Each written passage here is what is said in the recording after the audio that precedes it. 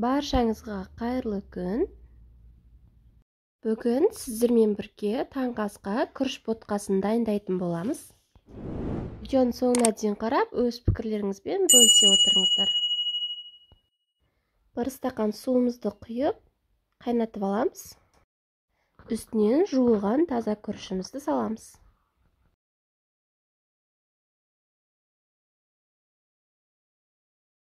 Баяу отта қайнатамыз.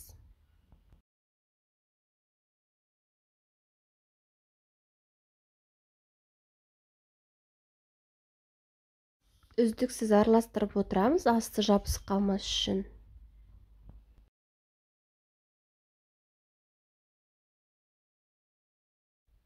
Суы тартылған соң сүтімізді құямыз.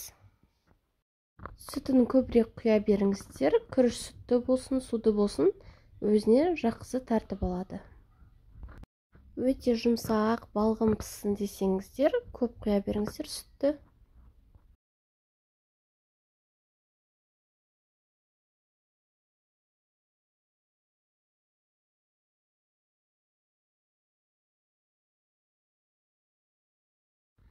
Дәміне қарай тұзымызды саламыз және қантымызды саламыз.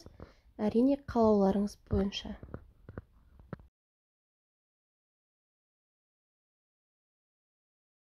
Ботқамызды осылай үздіксіз араластырып отырамыз. Құрамына қажетті заттардың барлығын, мөлшерін описание бөліміне қалдыратын боламын.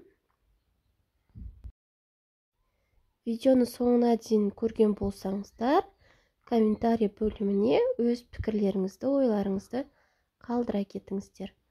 Ал сіздер қалай жасайсыздар? Мінекей, біздің таңғы асымыз, яғни ботқамыз дайын болды. Өте дәмді, жұмсақ.